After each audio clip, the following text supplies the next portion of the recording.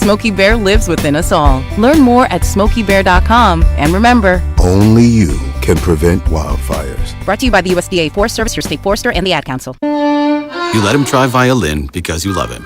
And if you love him that much, love him enough to make sure he's buckled up and in the back seat. Find out more at nhtsa.gov/the right seat.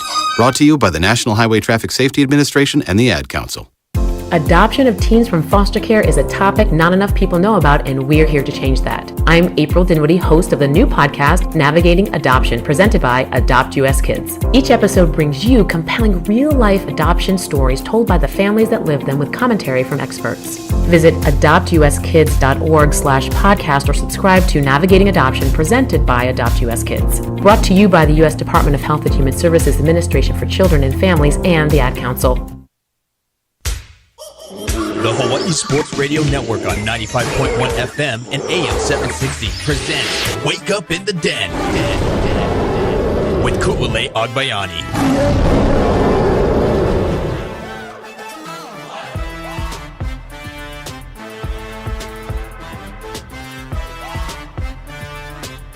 Good morning, beautiful people. Let's wake up in the den. Alongside Paul Brecht, I'm Ku'ulei Agbayani. Happy Monday and welcome into the show, not only on the radio, but also streaming live on YouTube from 8 to 10, Monday through Friday. Happy to have you guys here. We have a lot to get into today, recapping definitely the Olympics that kind of concluded over the weekend, and as we transition to the Olympics LA in 2028. Shout out Dr. Dre and Snoop Dogg for and all the other artists. I didn't even realize they did like a whole that much of a. They bring Flava Flav out. I forget. I just didn't even know that they did this whole like My transition king. thing. I think because the last time there was all that COVID stuff. So I was like, do they always do like this when everything's ending and do the full concert, or is this just like a USA thing? And here we are going into the Olympics in 2028. That'll be here in no time, it feels like, with everything going on. But also we'll get into a lot of high school talk, as we were building it up last week, that this was the first weekend of Hawaii high school football back in action, multiple schools, and we will show you the scoreboards. If you haven't seen, you can go to our Instagram at High Sports Radio. Shout out to Michael Lescaro for putting all of that stuff together, and you can go and check out the stats at scoringlive.com. We were out at the Pac-5 and Waialua game, so if you guys missed that, you can actually listen on demand at either hawaiisportsradio.com, wherever you get your podcasts, or on our YouTube channel. So we'll talk a lot of football coming up in hour number 2, not just high school football, but also the University of Hawaii had one of their scrimmages, and their last scrimmage will be this Saturday. Can you guys believe that we are less than 2 weeks away from the opening game? Like, I had to double check my calendar to make sure that, wait a minute, that's the game, right? I was like, I can't believe we are here already. So this Saturday, final scrimmage, and we are that much closer to kickoff of the 2024 University of Hawaii football season. So we'll get into some UH football talk, and then also get into some NFL, because you know what, guys? Bears Super Bowl, baby. For all of you that watch Caleb Williams in action, thanks Cole Kmet for ruining his like perfect completion rating at the time, but he looks amazing. So don't worry, it won't just be a Caleb Williams love fest, I promise. There was all the other games that were in action, and Michael will also join us in the second hour, so we will kind of have a free-flowing conversation about all things football coming up in hour number 2. First thing first, though, I couldn't start this show without sharing all the fun that we had on Saturday at the 3rd annual Sistahhood Social, and it was Ladies of the 80s night. And if those of you watching on YouTube, I'm actually going to share some photos with you guys. So we got some of the action that happened right there. If you guys can see, we got Logan Taylor leading the prayer. So one of the things that we did this year is that we kind of not changed, but because this is our 3rd one, and we knew we were going to have a lot of ladies that returned who were here for the last couple of years, we wanted to make sure we made it more fun and entertaining, and just a new experience for those that have been with us, and obviously those that joined us for the first time. you got a real treat because according to everyone that came before, a lot of people said this was the best one yet. So thank you to everyone who came out to support, and it was good vibes. Shout out to all the ladies that were able to dress up. But on your screen, for those watching on YouTube, we have Logan Taylor, UH linebacker, leading the prayer in the locker room, because part of what we were trying to do is have a real game type of feeling, game simulation for all the ladies. So the guys kind of showed them what they do on the game days, like putting on their locker room stuff. And of course, it wouldn't be game day without the Logan Taylor prayer. So we have one of the pictures up there. In the middle, you have Claire Tong of Hawai'i Pacific Health, Hawai'i Pacific Health has been so generous with not only supporting this event, they were our title sponsor this year, but also just University of Hawaii sports in general. But even not just UH, guys, even here on the Hawaii Sports Radio Network, we always hear from Hawai'i Pacific Health because they love to support us and also HPU. So we thank them tremendously for all of their support that they give everyone here in Hawaii, it feels like, because that's why you see them everywhere. So they're so generous. So that's Claire accepting her official Sistahhood jersey, the number 3 for the 3rd year, because they always come and help our event.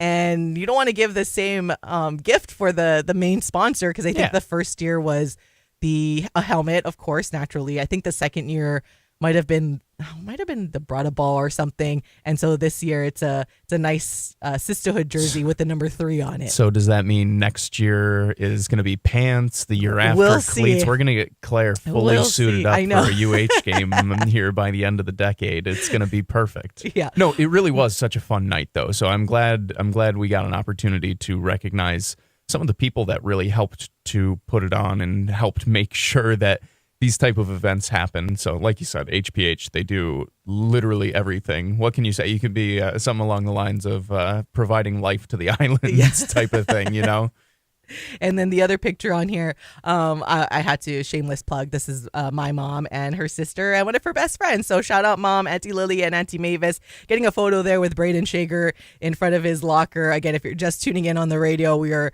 referring to photos that you can see on our YouTube stream happening right now at Hawaii Sports Radio. And then we got a few more photos as well. We got on the left, we have Sherry Chang and a bunch of the other football wives that they volunteered their time as well to help support. And again, all the proceeds are going to help the nutrition fund for the Brotherhood to keep them fed and their muscles fed so that they can go out there and kick butt every single Saturday. We got our Olivia Austin kind of participating in the electric slide. So that was a new thing that we added for the 80s theme, is we had the electric slide going on the football field, and that was fun. And they're catching a pass. That was like one of my favorite photos that Michael had. So you can see all of this. We'll have the full photo gallery up on our website later on today at hawaiisportsradio.com. Another one, Michael got a good shot of my grandma running out of the football helmet of the tunnel. So she's on there as well. That's a stapled tradition for us on the Sistahhood Social, is the tunnel run to bring them out by T.I. It has to happen every single year. You can see the video on our Instagram at High Sports Radio. And then you can kind of see me dressed up in that other photo. That's only a portion of our group shot. Yes, your girl participated in the Ladies of the 80s theme and made sure that, I was fully dressed for everything that was happening. So who served, guys? Don't worry. She brought out the best that she possibly could. Sore. That was probably the most I was running around, and you were active. I was okay. The whole plan, there was no plan really for me to do much during the drills portion. So when all the ladies are on the field and going around doing the drills, there was a lot of time this year. I felt like we kept our time schedule compared to last year. That's why we were able to fit in so many things. And then I felt like, okay, there's music playing, and then you know what? I'm gonna start just having some fun with this. I started ragging. I think the first person, sorry, Braden. Sorry, not sorry. That's what happens when you're QB1. I started kind of ragging on him in a good way, because I was like, oh, these ladies are going to take your job, Brayden. Let's see it. Well, that's Let's the thing. see it. It was all in Brayden, good they're coming fun. for you, Brayden. And you could tell he seems like kind of a shy guy in that standpoint. So he was just kind of like had this smirk on his face and didn't really. He's very nice. He's a very nice young man. He just kind of took it on the chin. And then, when you came over to ask him about it, because you did even do that by the end of the night, gave him a chance to stick up for himself. And even he corroborated what you were saying there's a lot of talent out there that night. And there really, really was. We also joked, I think, as I referenced in our Sistahhood Social recap that you can find on hawaiisportsradio.com with all these photos and whatnot. I referenced everybody's favorite event, field goal kicking, So there were plenty of different drills, skills, all of those things on display. And all of the guys, to their credit, were very, very wonderful all night, having fun with ladies from every single generation. I think that's something to emphasize as well. You mentioned your mom, some of your mom's friends and peers, and then your grandma, who, shout out your grandma. That's who I got a chance to sit down with and just kind of, shoot the breeze with for about 45 minutes or so, and got to learn all about Koo's past and whatnot. It was so fun. I love that part of the event, and the fact that it is women who enjoy that type of event, enjoy football, enjoy being out, being social and whatnot, from generations that are, very experienced, we'll call it, to ones who it's their first Sistahhood Social. It's their first opportunity to really learn more about football, and everyone in between. It's like, it is such a fun, safe event for ladies to learn about football, enjoy the game of football, and still have a little bit of fun doing other things like the food, the drinks, the shopping, everything all night just was so wonderful. Yeah, shout out our new friends from Summer Club. Shout out them for real. They should sponsor the morning show, because it's summer every day in here with Summer Club. But yeah, it was funny, because I'm glad that you brought up the age thing, only because it's neat that now a lot of the shows that are being done that are new shows, like I think of Stranger Things, right? Stranger Things has so much popularity, and it brought back the nostalgia that was when I grew up, like that 80s, 90s type of era, and like the way that everyone dresses and all of that stuff.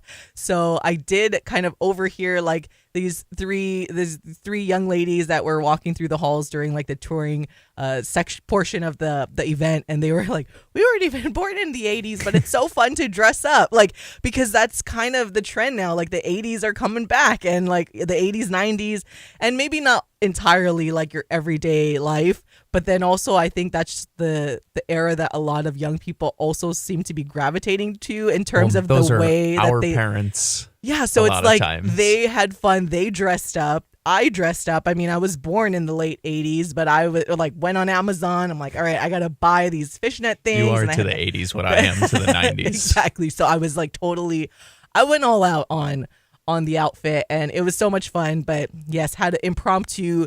I texted Sherry. I was like, I hope the coaches and players didn't mind. I just kind of went through an impromptu interview session and ragging session on everybody. Of course, I did hit. It was like a one and done for me on the field goal. I think it was. I got to text Thomas. I think it was maybe 20 yards. So you're the front runner for the job, is what I'm hearing. Yeah. So I kept saying that. I was like, I heard the job's open, Coach Chef. I heard it's open. So, and then fortunately, I did get it. I think I surprised him, and I kind of surprised myself that I was going to make that field goal, because I really didn't stretch, and I haven't kicked or done anything in a very long time. So, but I gave it like all I had, and I actually made it. And even like the look on Coach Chef's face was like, oh, I can't believe you just did that. I'm like, me too. And he's like, do it again. I got to get it on video. And I'm like, nope, sorry, I don't think it's going to happen, but I'll try, just if you're asking, I'll try just for you. And then, yeah, no, it was weak sauce. It was just like, if I was shooting a goal like in soccer, it would have been a goal, because it was 90. Like it was underneath. It was perfectly placed, like a nice little lob over the keeper. Would have made it right underneath, but no. And then we looked at each other. I was like, I told you, it was one and done. One and done. It'll just live like in our memories forever. But no, fun time again. Shout out to all of the ladies that came out. Mahalo to all of the sponsors for all of your support, because including us. I got to give us a pat on the back because we were one of the sponsors as well. So we always, luckily our boss man always likes to support the cause as well. So everyone that helped, all the food vendors and everyone, just all of the volunteers. And yeah, we appreciate you guys so much. And it was another huge success. And now the pressure's on because every year we always get told like, oh, this was better than last year. This was better than last year. So now you got to find places to improve all the time. Pressure is on for next year, ladies. So thanks for all your guys' support and the coaches and the players.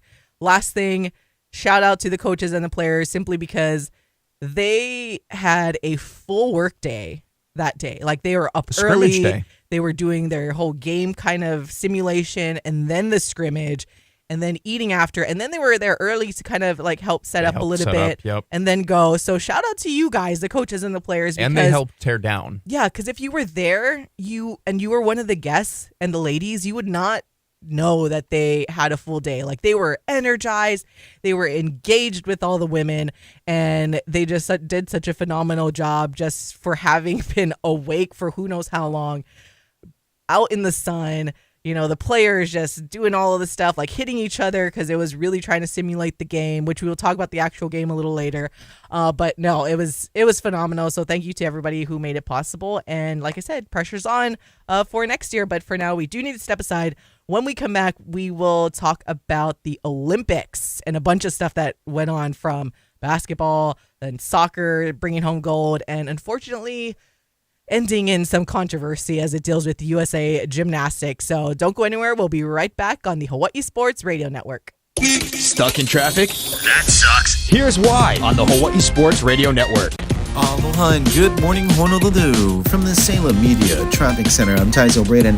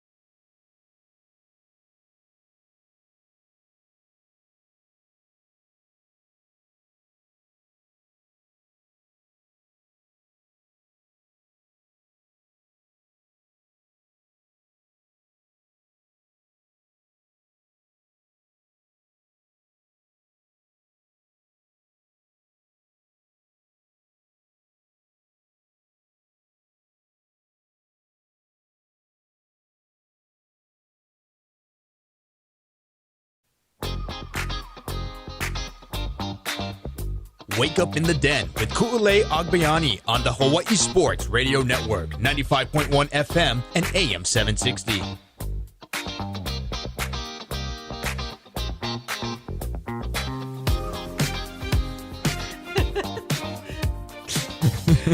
I was trying to make a funny face if I could. You kind of got it.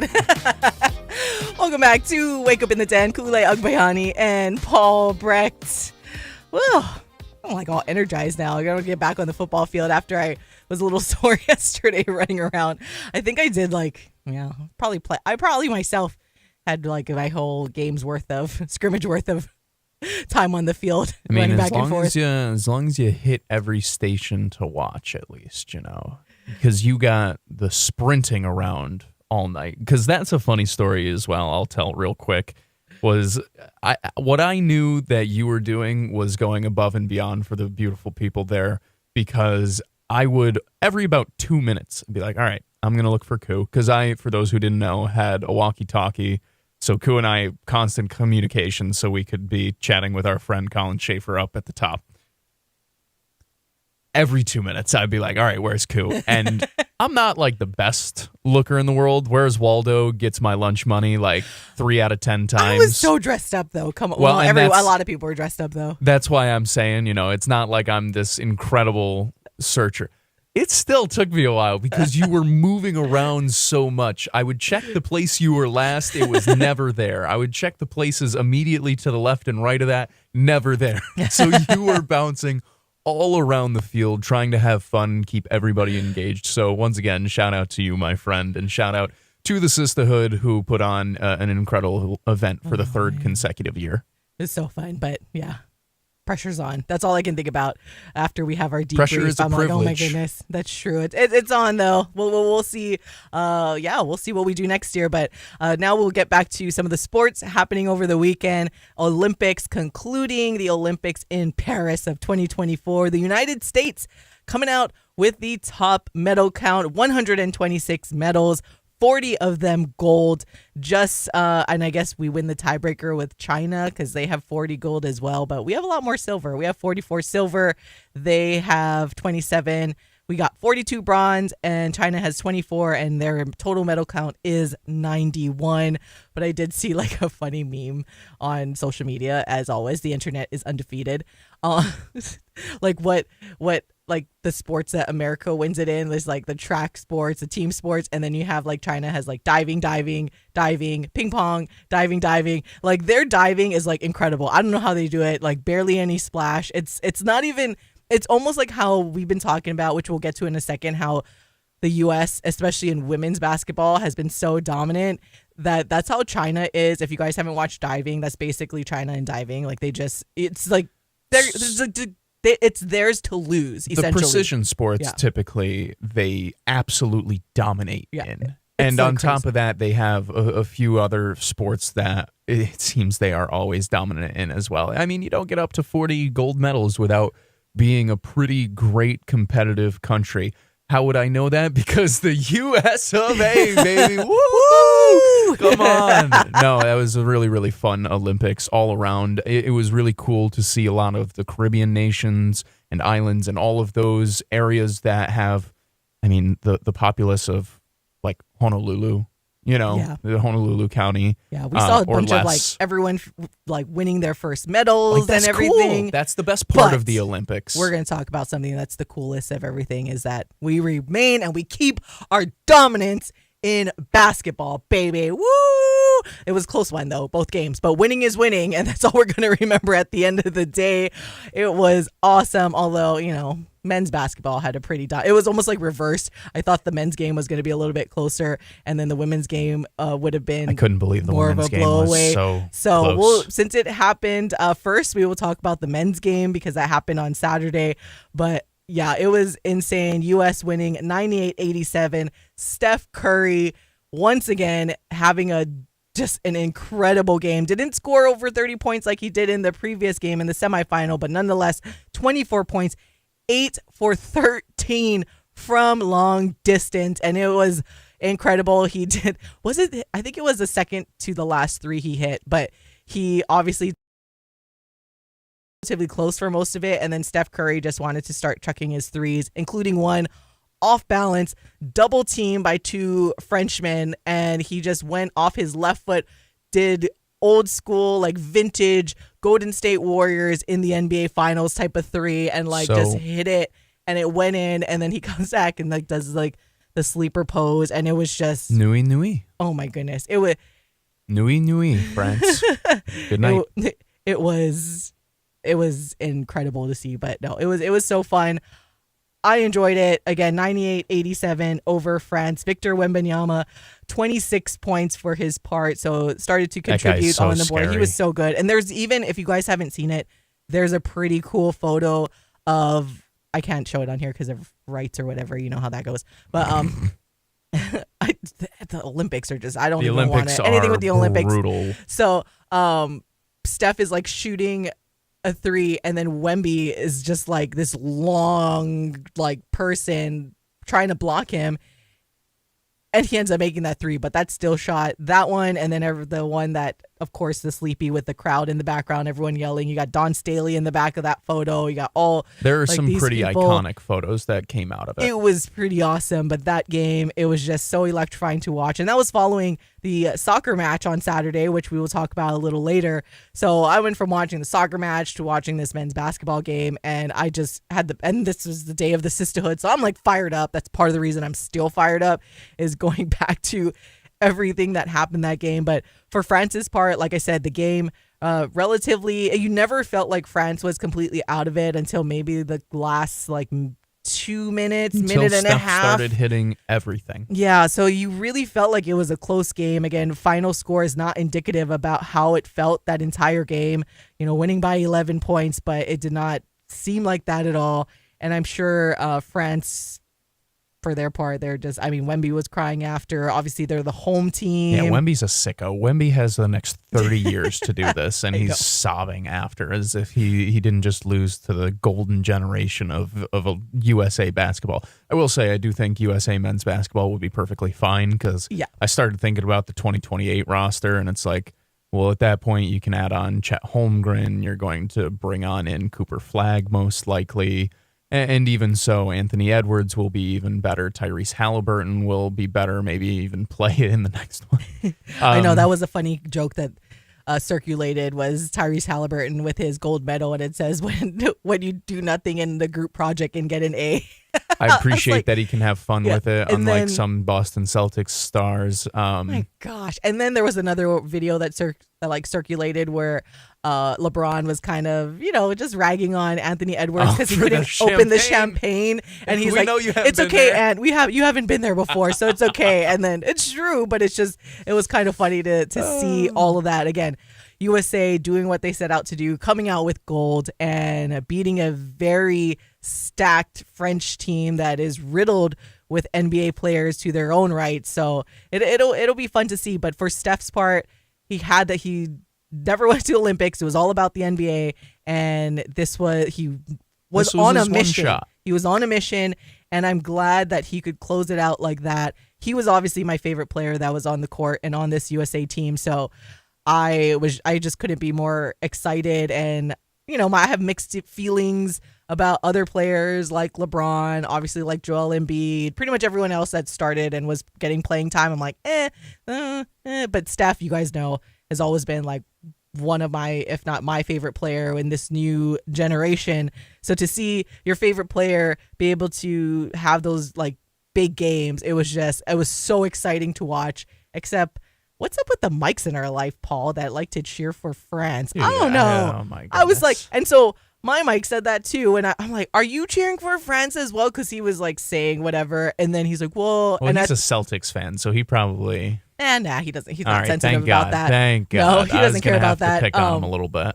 But he, just because kind of like Michael, where I think because Tyrese obviously wasn't player on Michael's team, everyone else like Michael, I guess, doesn't really like, kind of like how I'm saying. I'm like, Steph is by far my favorite player, and that's so like my Mike. That's kind of his thought process, is like he likes the French players more than he cares for the US's players. So that's why he was kind of pulling for France a little bit. But he was happy because it was a Steph Curry game. So he was fine with it after a while, because he's like, all right, if it was anybody else, I wouldn't be that happy of them going off and having it be their game. But he's like, oh, Steph Curry is okay. So the collective thought was, hey, we're all just cheering for Steph Curry at this point. It was really, really nice to see Steph get his Olympic moment. Because, like you said, there was the thing that was missing off his resume is that Olympic gold medal. And it was a really cool Olympic final for a lot of reasons. You mentioned how close it was all throughout, competitive. We've heard about France being the very next or the next generation, right? Where after 2004, it was Argentina. Spain was always going to be the competitor for the U.S. And now it's France. And France has a legitimate claim on that, right? Where you could argue that not only are they going to have who will likely be the best player in the world 4 years from now.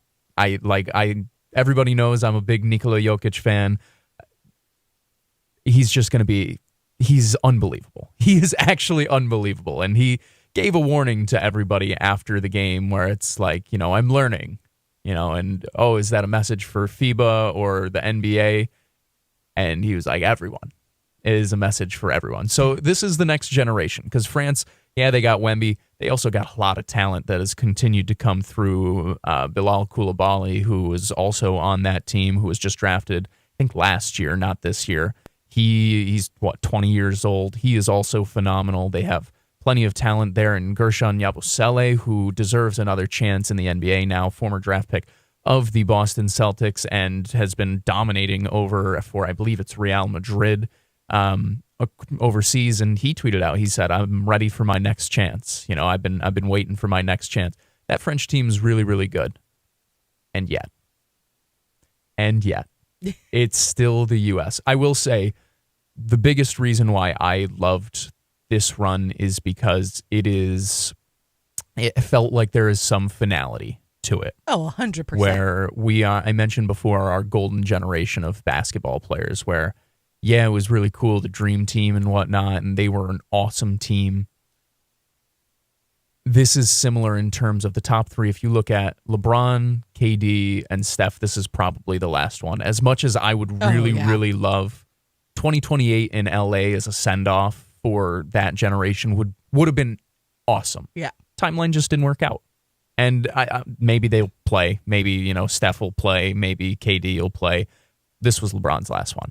Yeah. And that's the closing of the chapter of the 2000s. And for a lot of basketball fans, a lot of fans who are my age, it's the closing of our childhood, right? Where a lot of people, the same way they felt about the 90s, this is the closing of that 2000s, 2010s even, where we got the start of social media and the social media boom that came with the NBA. Think of Mom Made Pizza Rolls meme with Kevin Durant back in the day. So that's why I look at this. This is such a really cool closing of that chapter. Yeah, I feel like it's even for me because, like I said, I appreciate Kobe and all that he did for the sport, but I don't think I liked Kobe just. But this is my personal. This has nothing to do with his basketball skills. Obviously, he's top 3 player ever, but it's just I don't feel the same fandom for Kobe that I did for Michael Jordan at the time and then for Steph Curry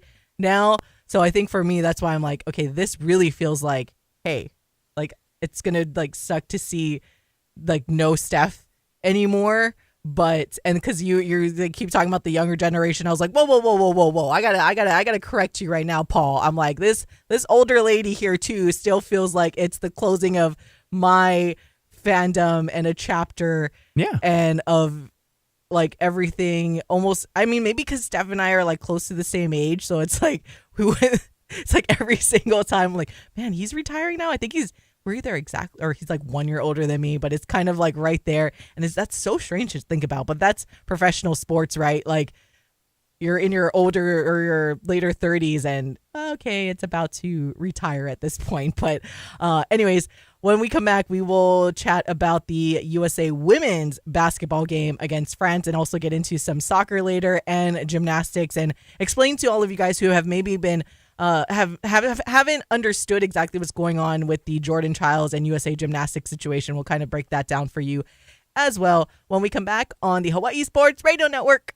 Stuck in traffic? That sucks. Here's why on the Hawai'i Sports Radio Network.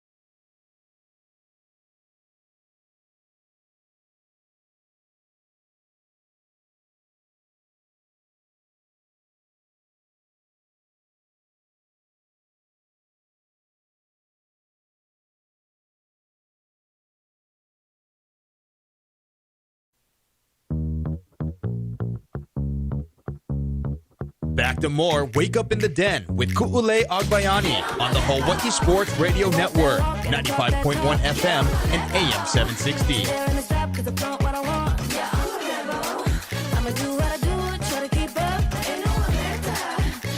Welcome back to all of you, the beautiful list of all the beautiful people. Let's Wake Up in the Den alongside DJ Pauly B. I'm Ku'ulei Agbayani.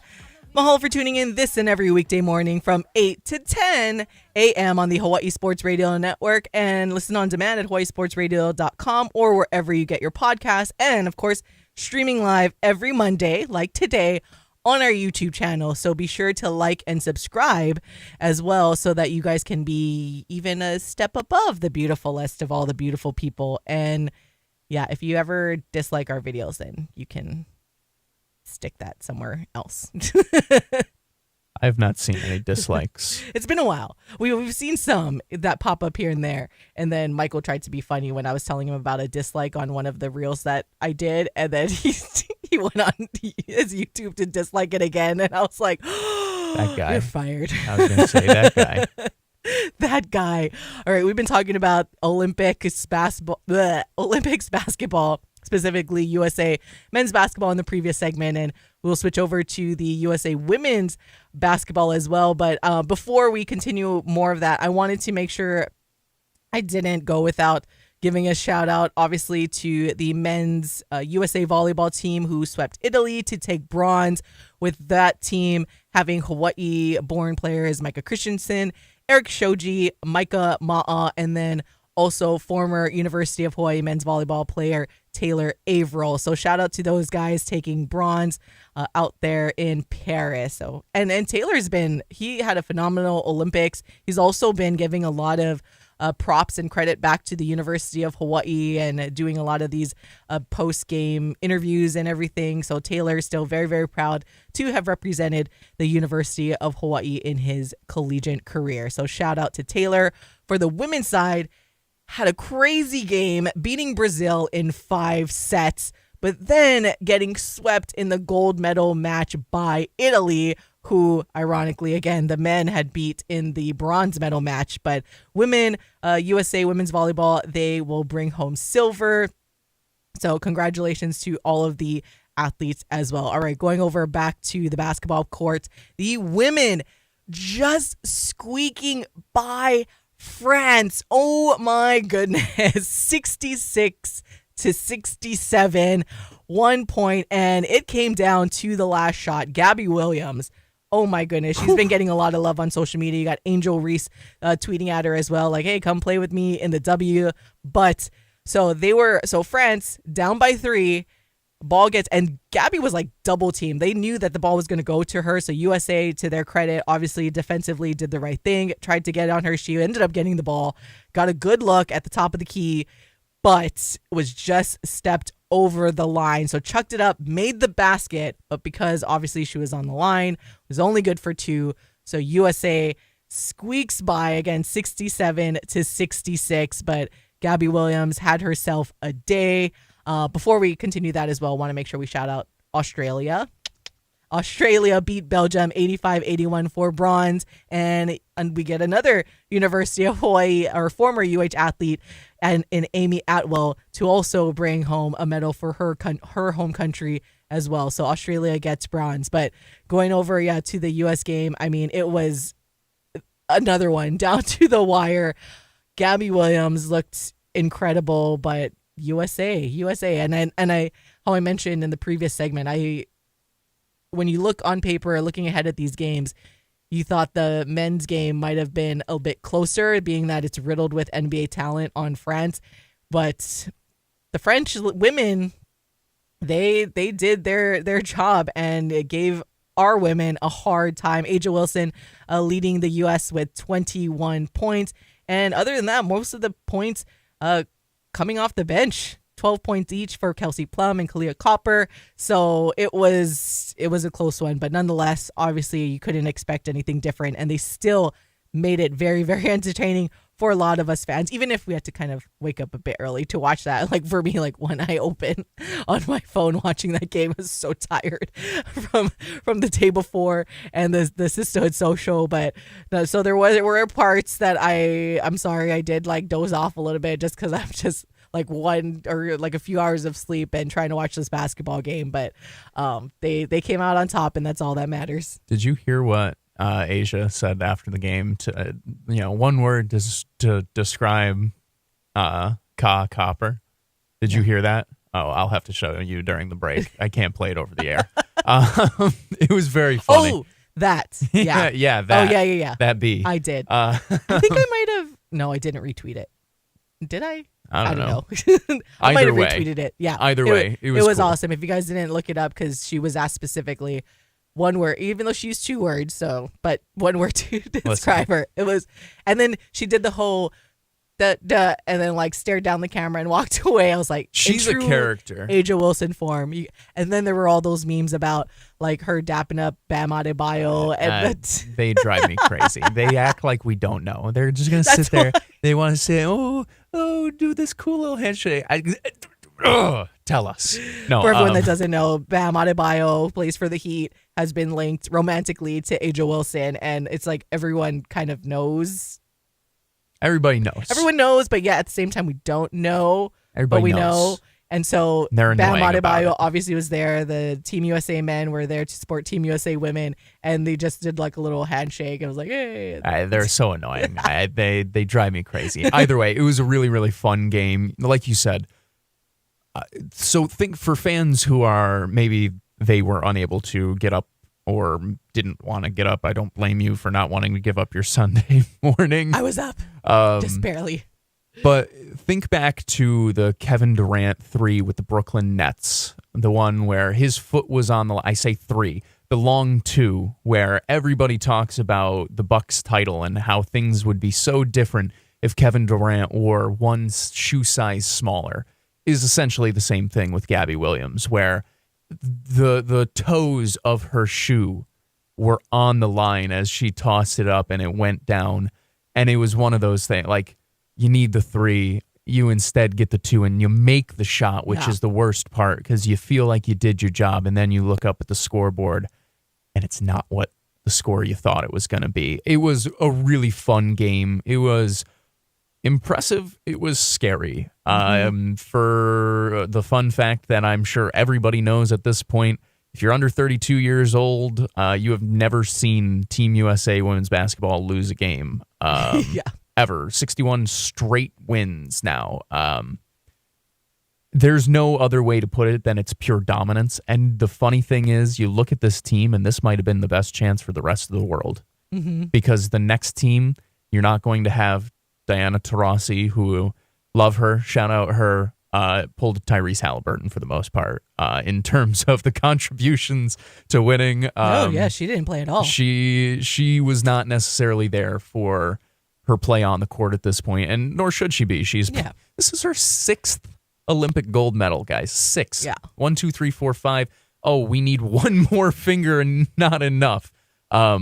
Incredible all around, but you get to replace the talent that has started to age out with, hey, some pretty good talent in Caitlin Clark, in Angel Reese, in a recovering Cameron Brink. How about Aaliyah Boston? Well, and then incomers by LA, you got Juju Watkins, my girl, our other girl, I was going to say, Beckers. I didn't even get into the college ladies who are still dominant. Yeah, it's going to be interesting. I hate that people are still bringing it up. Like, the U.S. won gold, and that's always the end goal. So I don't like that people are just talking just to talk to try to get clicks or whatever, and talking more about Caitlin, like the fact that Diana didn't play, and everyone's like, see, that could have been a spot for Caitlin or whoever. Like, can we just stop? Like, let's just appreciate. And then to Angel's credit, she did tweet about that. Like, just stop mentioning me, and let's just celebrate these women who are able to win gold, because at the end of the day, that's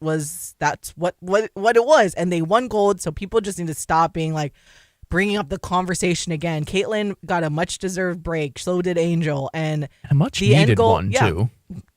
So at the end of the day, USA women and men bring home gold, and that's all that matters because what they gonna say now? Yeah, and then the Gabby Williams, there's I don't want to harp on it too much, but just a lot of people saying, like, why isn't she in the WNBA? She was, but there was actually better opportunities. But maybe now things can change because they have a new media rights deal. She's still very young, so there could be 12 teams. Yeah, there could be a chance where we could see her come in. Well, it wasn't even about not having a roster spot. It was just about being able to make more money playing overseas because she wasn't one of the main players getting all these endorsements deals. So hopefully Gabby Williams will find her way back to the WNBA now that there's an even bigger media rights deal, which will trickle down. Yeah, which will trickle down to the players, and then also the expansion as well to have more roster spots. But definitely has the talent to play in the W, but she's getting way more money playing overseas. There's also like in this CBA and all that stuff that they changed, you have to be committed. If you don't like show up to training for the WNBA, you can get like suspended and all that stuff. So she wanted to play with her French women to prepare for the Olympics. So there's all of these things that take into account when it comes to Gabby Williams not being in the W. But hopefully, like I said, with the great changes that are coming to women's basketball, we could see her back because she quite literally proved that she could play against the best women in the world. But until then, it'll be fun. And hopefully we'll see what happens in the back half of the WNBA season. It's going to be a fun time, but we got to step aside. When we come back, we will get to a little bit about the Jordan Chiles controversy going on. And don't forget, stay around for hour number 2, where we will talk some high school football as well as some UH football and NFL. So it'll be a NFL riddled hour number 2. I know, it kind of too bad, huh? Football. What is this football season? No, but don't go anywhere. We'll be right back on the Hawai'i Sports Radio Network. Stuck in traffic? That sucks.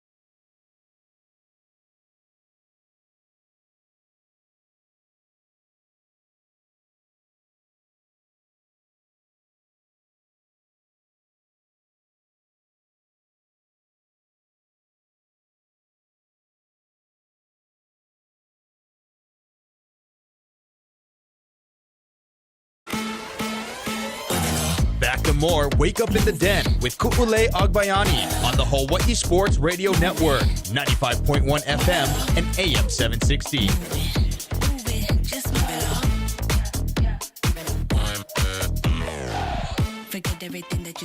Welcome back to Wake Up in the Den. Ku'ulei Agbayani and Paul Brecht, closing out hour number 2. We've been talking a lot about the good things that have been happening in the Olympics for Team USA.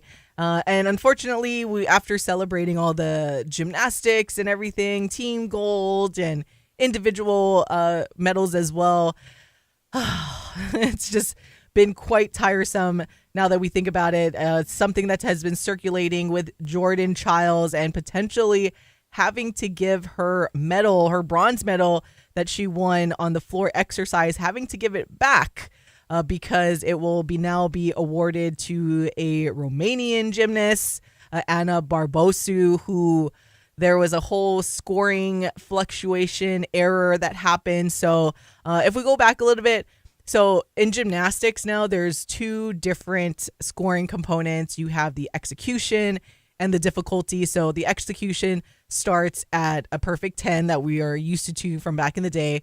So it starts at 10, and then the judges will actually deduct points for like basic things, and then also your natural deductions like going out of bounds or falling off the balance beam on that, or just falls, stuff like that. And then they'll kind of bring the scores down after that. And then you have a difficulty score, which actually starts at 0.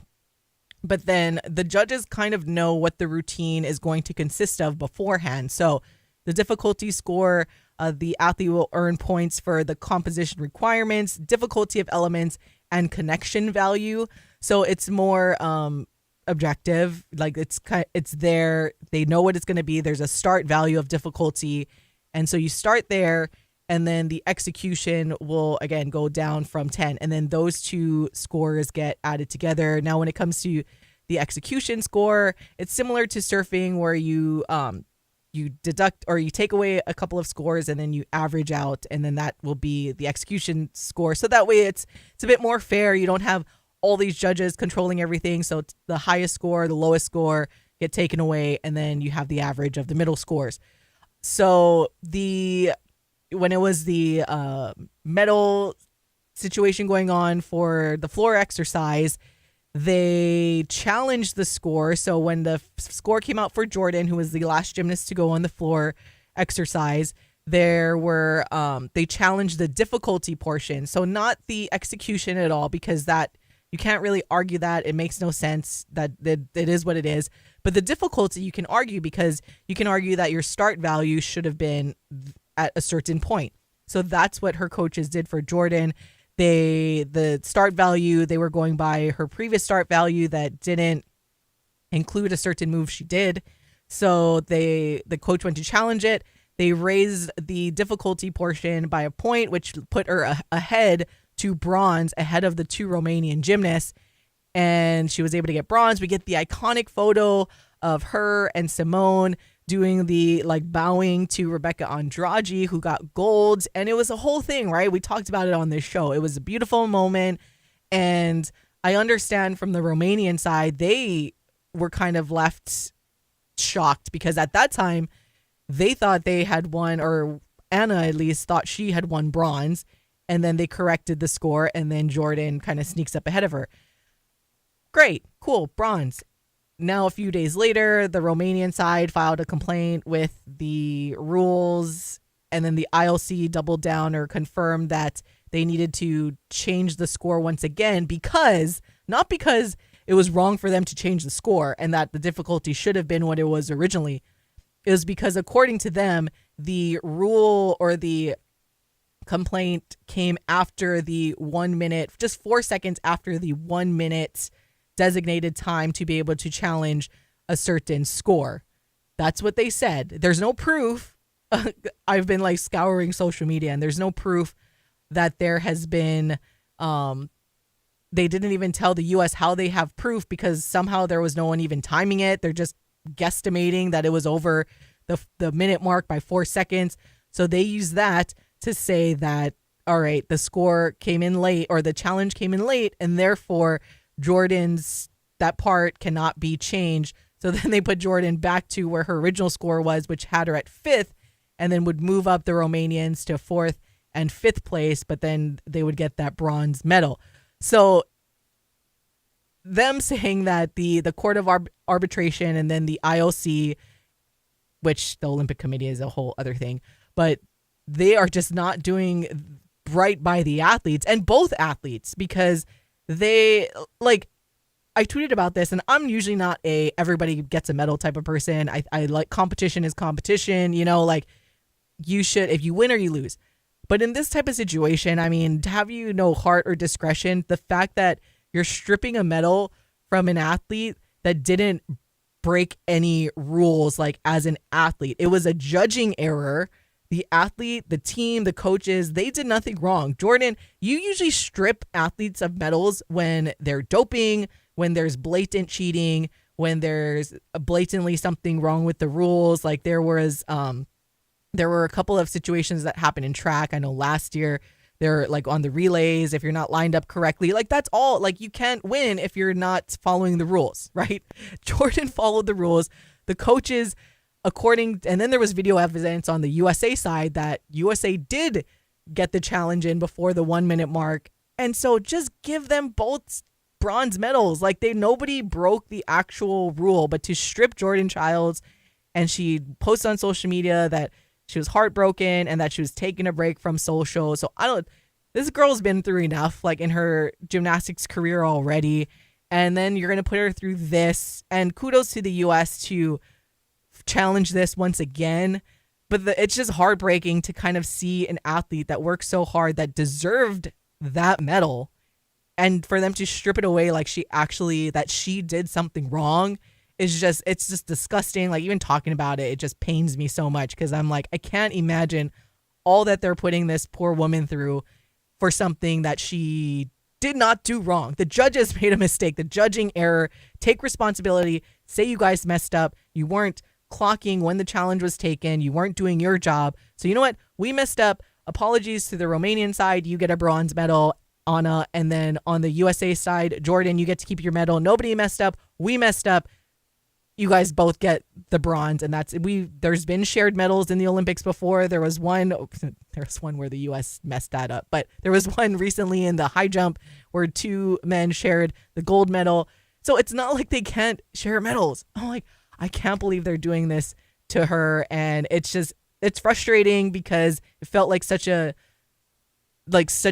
and obviously like we're a little biased because we're US, but just from a sportsmanship standpoint, no one will ever take away that iconic photo of them bowing to Brazilian Rebecca Andrade. And I'm just like, do better, Olympic Committee. I'm not really worried. I really am not really worried because here's the thing. And I joked with you earlier about this, is that the only thing that the U.S. is better at than racking up medals, gold, silver, and bronze, is litigation. Especially U.S. gymnastics. You want to talk about a program that knows its way around a courtroom. I would say that U.S. gymnastics will be prepared for this fight. And the thing is, you said it. The U.S. has evidence on their side. There's video evidence. There's proof. And so on and so forth. I'm not worried about it because it'll be figured out. And she'll keep her medal. And we'll all laugh back on this because it was so ridiculous, and how poorly handled it was by the IOC, and how poorly handled it was by all of the courts before, and how quickly and rash that decision was made without evidence beforehand. So here's the thing. We'll make them look silly and keep the medal. I'll tell you, that medal's coming home. That medal is coming home. Or it's just never going back, that's for sure. I saw a funny thing where like, well, maybe Jordan just wants to vacation in Hawaii and we just lose it in the Pacific Ocean. Gone. But either way, my heart goes out to her because I can't imagine you're up with the glory, winning her first individual medal, maybe likely her only. I'm not sure. It's 4 years is a long time from now for a gymnast. Not everyone can be insanely gifted like Simone Biles and be dominant at 27 years old in the world of gymnastics. For most other sports, that's your prime. But in gymnastics, that's kind of the tail end of your career if you're even lucky to make it to 27. So for Jordan to have to go through this, it's just something that shouldn't have happened. But wanted to tell you beautiful people about it because I love gymnastics so much and I needed to rant to all of you for a little bit. But do the right thing, IOC. Let them both have the medals because it wasn't any of their fault. Although we don't want Romania to have any more medals. Listen, I told you you guys what's going to dominated happen. enough back in the day, Romania. I told you what's going to happen. We're keeping the medal. It's our medal. It's Jordan's medal. You guys can back off. I'm not into the splitting medal because guess what? Jordan won it. Jordan won it, and we have the proof of it that she won it. So therefore, I'm not splitting medals. I'm not splitting anything. Tell him, Paul. This is our medal. Say it to the camera. This is Jordan's medal. Romania, sorry, be better. Guess what? IOC, guess what? Be better. as he has his America shirt on. I love Listen, woohoo! This is the last time you'll see me in this shirt for a while. Oh, excuse me. On that note, we're going to step aside. We'll be back for our number 2, and we'll talk a lot of football, including high school, UH, and NFL, of course, as Michael Escaro is like peeking in this radio studio. Can't wait to like pound the door down to join us on in the conversation. Oh my gosh, hour number 1. I'm just like getting all we got tongue-tied already. All right, we totally need to take a break now. I'm getting all like fired up once again. So don't go anywhere. We'll be right back on the Hawai'i Sports Radio Network. 1, 2, 3. Your home for USC Trojans football. KGU AM K236CR Honolulu is the Hawai'i Sports Radio Network on 95.1 FM and AM.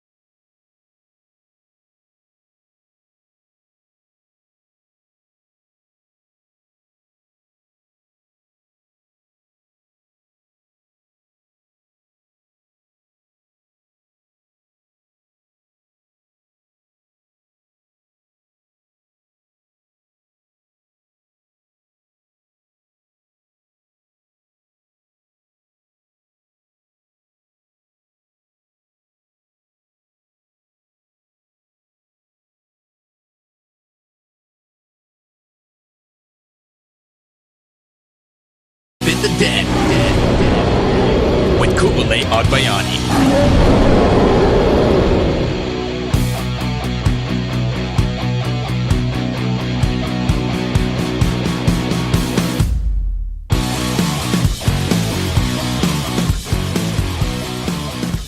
Welcome back to Wake Up in the Den. Ku'ulei Agbayani, Paul Brecht, and joined by Michael Lescaro over here. You guys can see him on our YouTube channel.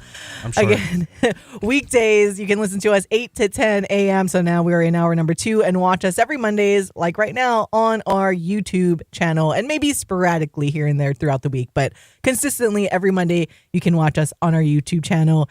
And yeah, we are going to switch gears. We talked a lot about the Olympics in the first hour, maybe a little later because I didn't get to it. But luckily, we have 2 hours every single day. I didn't get to even talk about one of my sports in soccer. So if we don't get to it today, we'll definitely talk about it tomorrow. But want to change it up and bring it back home and talk about some of the local sports that went on throughout the week. And we will start off with actually some University of Hawaii football talk, just because, well, one, we were out at Sistahhood Social on Saturday night. But before that, they had the simulated scrimmage there at Clarence T.C. Ching Athletics Complex. I think the biggest, or there were a couple of big things that they did in this scrimmage as they prepare. I mean, I can't believe it's less than 2 weeks away from their opening kickoff against Delaware State. But one of the things that they incorporated was now they have that new technology on the field by using the tablets so they can communicate in real time, especially between Timmy Chang and Braden Shager. So that'll be interesting that they are going to try that. I lied now that I thought about it. Three major things that were taken away. So one of that is that the tablets. 2, they actually flew in official Mountain West referees. So really getting the kids and everyone acclimated to the way the games are called. So official Mountain West guys that came in for this specific scrimmage. And then 3, the switching of the sidelines. We talked about it a little bit last week. So now the team is switching from the side that's close to the press box to the opposite side. So those are kind of the 3 things that the team practiced with, aside from your usual actual football game plays. Those are probably the major things that took place on Saturday, as they are, I don't want to say, it's not like they haven't taken the last couple of seasons seriously. That's not really what I'm saying. It's just, it's nice and important to notice, especially for fans, how many steps this UH football team and the coaching staff, everything that they're doing to prepare this team to really start getting those wins this season. We say it every time. 3 years is where it's going to be. Season 3, you're going to start to expect the turnaround for a program, especially at the University of Hawaii. But knowing that they incorporated all of these things now as they prepare for their opening game, and then also the middle of the day type of scenarios that they did last week, preparing the kids for UCLA. That'll be at 1:30 p.m. game time here in Hawaii. It's really nice to see. Yeah, and the standard is the standard. I think when we had the athletic director Curry Angeles here, he said there's a lot of things that UH doesn't have that all the other FBS teams on the continent do, right? Like this tablets and the communication with the helmet, that stuff that's in the NFL, and it's not just that we need it. It's just it's to have a even playing field, right? And now this year they're also going to have charter flights. I know we've reported that, and that should help this team. We're already kind of behind the 8 ball because we are kind of far away from everything, and that kind of harms us in recruiting. But that's just good to see. I want to go back to the Sistahhood Social though, because that was a fun event. I definitely want to bring my family members to that. Check out our photos, check out the photo gallery. Yeah, I think like one thing you kept saying as the MC of that event, Ku, was that this is an experience that you're gonna have all the guys jealous. And for me, following around everyone, it was I would agree, because you get to go to the locker room, you got to go see the locker. Not all I don't think they have guided tours for the locker room. No. So that is something to good experience for me as a fan and as a reporter, as someone in the media. I was having fun looking at whose lockers are next to each other, because it's like, okay, well, they're locker mates. That's a relationship that could be explored or talked about in the future. If you go on our social media, look through our gallery, I think there's a little photo of Logan Taylor leading a prayer circle with some of the ladies there, kind of getting them set the tone for pregame warmups. But if you look in that specific photo, right, we like to leave breadcrumbs here at Hawaii Sports Radio Network. I know Paul's really good at that with his Twitter. But if you look in the background of that photo, you can see. It's one of the photos I showed everyone, so we'll bring that slide back up again for our friends on YouTube. Somebody's locker with their name still in the corner, and it looks like there's equipment in there. So there's some activity in that locker. That, because you go through the locker room, there's some lockers that don't have like the little plated thing. It's kind of just a tape, but there is some activity in some locker because there's some equipment in there. So I think that's good news for the University of Hawaii. But yeah, and then who is it? I can't see. Tell the beautiful people on radio who's. It's a wide receiver that we gotta let them go work. We gotta encourage our clickbait, Yeah, go click on the story. Go check out the gallery. Go see the YouTube show, whatever it may be. And also, even so, who knows? Could mean nothing. Could mean something. Could very well just be part of the day. Either way, I'm glad Michael brought up the Sistahhood Social because it really was such a fun night. And I know we're going to talk a little bit more about that scrimmage, but it really does put a spotlight on how good things are in terms of the culture and the ability to go back and forth with the fans, right? Where you're able to connect not just with your 18 to 30-year-old men, you're able to connect with these ladies from all different generations and make it so that football is enjoyable for them as well, Oh, yeah, for sure. But hopefully you guys can come out to this weekend. I believe it starts at 3. Is this weekend scrimmage? I got to look it up. I didn't have it up here on my notes. I apologize, everybody. I was hoping one of the guys kind of knew. I don't know. You would think some between here. Golly. Michael, the UH football. It's either 3 or 3:30. I'll just get there at 3. I know they usually have like a 90-minute stretching period and warm-up period beforehand. So I'd say 3 o'clock is a safe bet. But it could also be 3:30 because we run on Hawaiian time here in Hawaii.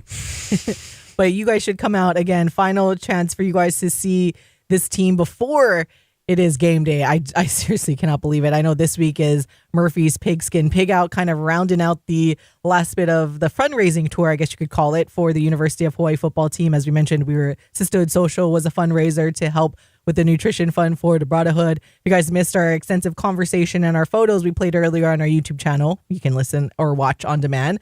But for now, we are going to step aside. When we come back, we will talk some Hawaii high school football and get you caught up with all of the action you may have missed and show you, give you a look at the official scoreboard from week 1 of high school football. So don't miss it. We'll be right back on Wake Up in the Den.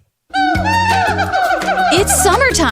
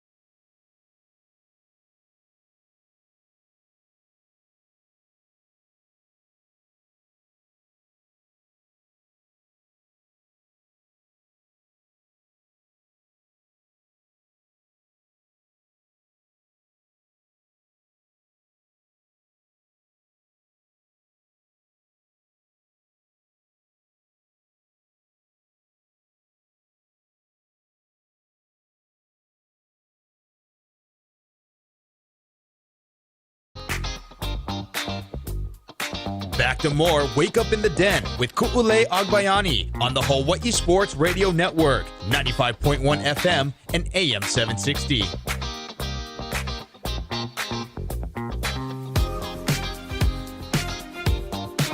Welcome back to Wake Up in the Den. Kule Agbayani, Paul Brecht, and Michael Lescaro. Hour number 2 here on the Hawai'i Sports Radio Network. Gonna kind of fill you in on what happened in week 1 of Hawaii high school football. So we're gonna pull up our official scoreboard right here, done by Michael Lescaro. You can check it out on our Instagram. So be sure to follow us at High Sports Radio, along with Scoring Live as well. So taking a look at what happened on Friday and Saturday in the Hawaii football world. Again, we were out bringing you the action for the Wailua and Pac-5 game. Pac-5 coming up on top 34-14 over the Bulldogs. Great broadcast, and we all had a fun time out there making the trek to the North Shore. I remember Alan and I had a debate on whether or not that's the North Shore or Central Oahu. I'm like, Alan, I've never thought of Wailua as Central Oahu. I get it. He was kind of making a point, but I'm like, I mean, if you want to be technical, but we're not about being technical here in Hawaii, so we're going to go Alan's North from Shore. California. That's what I mean. He has no right to have this conversation. Thank you. That's what I was waiting for. But no, before we had the score up there for you guys in a second. So before we get into some of the other games that happened, want to recap the game that we were at again with Pac-5 Wailua. And before we get into that, here is what head coach Kenna Heffernan had to say following the game. Well, first game of the year, got a win under your guys' belt. What were your thoughts from tonight? Well, I just want to, first of all, I want to thank the hospitality of Wailua. It was beautiful coming out here. The drive was amazing. Kids played with great sportsmanship. Coaches were amazing. And of course, we're talking about Darnell over as the AD, and they did a really good job, so couldn't have been happier with that. I know in the fourth quarter there was a lot of scoring, but in that first half, I think you guys held them to 18 yards of total offense. They didn't score until the fourth quarter. You guys kind of held in that red zone there. Talk about the defense before the fourth quarter. Well, again, these games are supposed to be played so we can get guys in, get some reps and everything like that. They did a really good job. I think that, again, we talked to each other about having that grit, and we got to get better. The whole team as a whole needs to get better on that side of it. So, again, still a lot happy with the way that they produced. But the cool part is we got a lot of room for improvement, so that's a good thing too. I know Seth kind of carried down in the second half, got those pair of fourth down runs, but you guys really showed the toolkit of all these weapons. I think Kalen Donato is kind of stepping up. New quarterback Braden made some plays, and Cole also as well. Kind of talk about having more weapons on offense instead of being one-dimensional.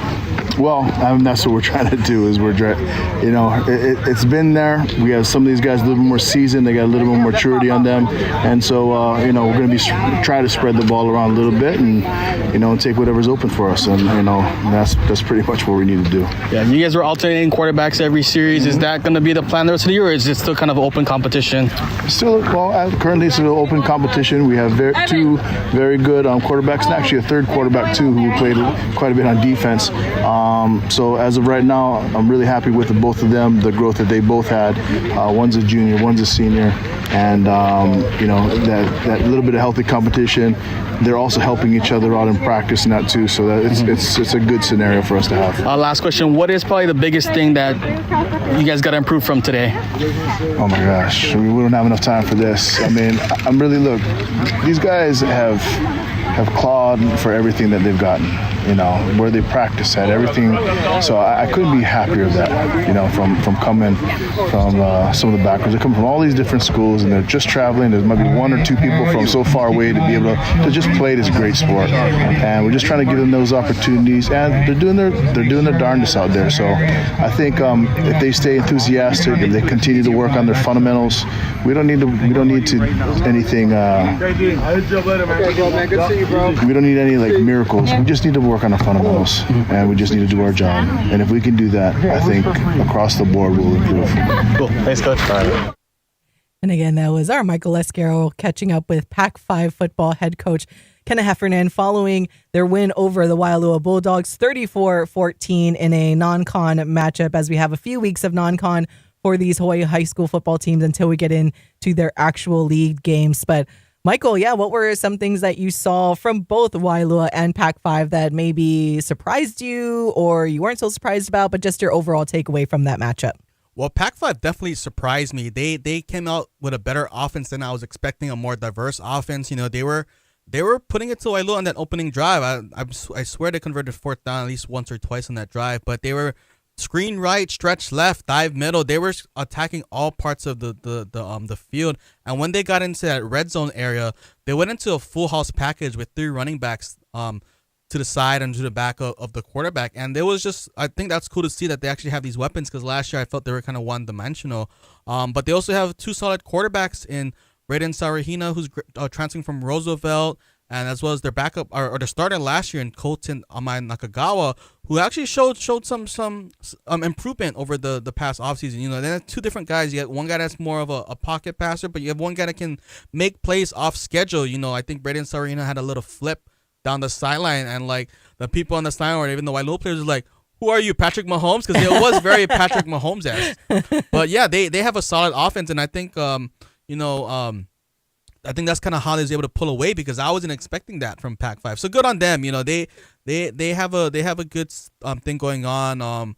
And if they can do it, they can make some waves in the state tournament. Now for Wailua, you know, talking to Coach Gary Wirtz after the game, you know, he kind of came with the approach with this is preseason, right? He don't want to show his cards, you know, don't want to show too much. I know once they kind of scored, you know, you said you're going to tweet out, "Oh, it's kind of getting interesting," but they just elected to kick it deep, which got returned for a touchdown, but instead of going for the onside kick. But coach said, "Hey, you know, it's just preseason. We don't want to show anything. If we're playing like Kalani or something like that, then we would be doing all kind of trick plays and all that." So they found something late in the game. They were kind of running an RPO triple option where they would do the dive, and then if not, the quarterback would roll to the outside, and if he gets covered, he can throw it out to the slot, running kind of like a bubble, running the arrow route. So they have something to look forward to. I know they had some guys in the first quarter that didn't play because of either participation, where they didn't come to enough practices or whatnot. But yeah, Wailu is going to be good. As long as they can get the passing game going,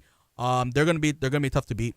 Yeah, and taking a look at our scoreboard once again, as we have it up here for you guys if you're watching our YouTube channel. Another game that was going up up the road from where we are right now, up at Kamehameha School's Kapalama. Very, very close game between the Warriors and the Lelehua Mules.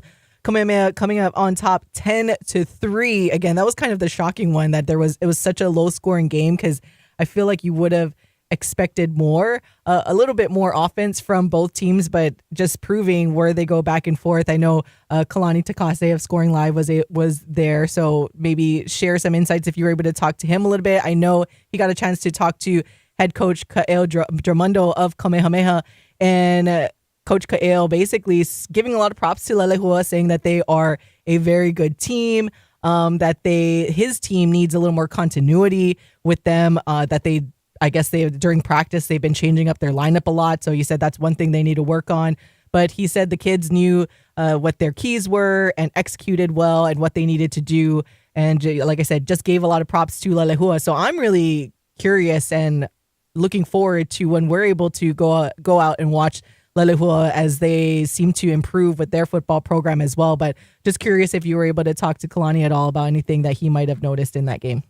Yeah, so they both head coaches, in Mark Carrizo and Kael Dramundo, they're both defensive minded coaches, so you kind of expected that it will be kind of a grind out game. They're not gonna do, make sure that the other team is making more mistakes than the other team. But for Lelehua, right, the Mules, they graduated a 1,000-yard receiver and a 1,000-yard rusher last year, and I don't think that's ever been. I don't think a 1,000-yard receiver or rusher in the same team, the same season, has ever happened in high school football. So that's definitely a big replacement that they're gonna have to do or figure out, because replacing 1,000 yards receiving and replacing 1,000 yards rushing, that you can't do that with one person. So they're kind of figuring it out. I think their starter quarterback got taken out of the game, and their backup kind of did pretty well as well. For Kamehameha, they're going to be solid. They just need to.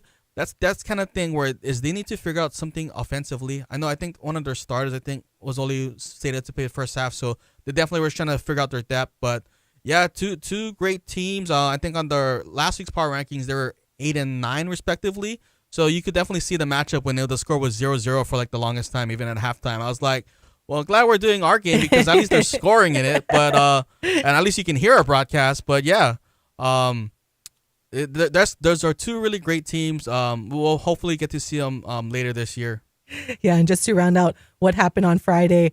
Some of the other scores, in case you guys missed it. Again, if you're watching our YouTube, you can see all the scores in front of you. But for those just listening, Kapolei beat Waianae 28-7, and then Waipahu playing a team from American Samoa in Tafuna and falling to that team 41-35, and then rounding out our Friday night scores, Aiea over Roosevelt by just a touchdown, so 30-23. Again, Naali'i beat the Rough Riders. A couple of schools that we are very curious about to see how their season plays out as well. But for now, we're going to take a break. When we come back, we will get you caught up with the bunch of games that happened on Saturday, including that very, very close game between Kahuku and St. Louis. So don't go anywhere. We'll continue our high school football conversation next on the Hawai'i Sports Radio Network. Honey, did you fix the door yet? Don't worry.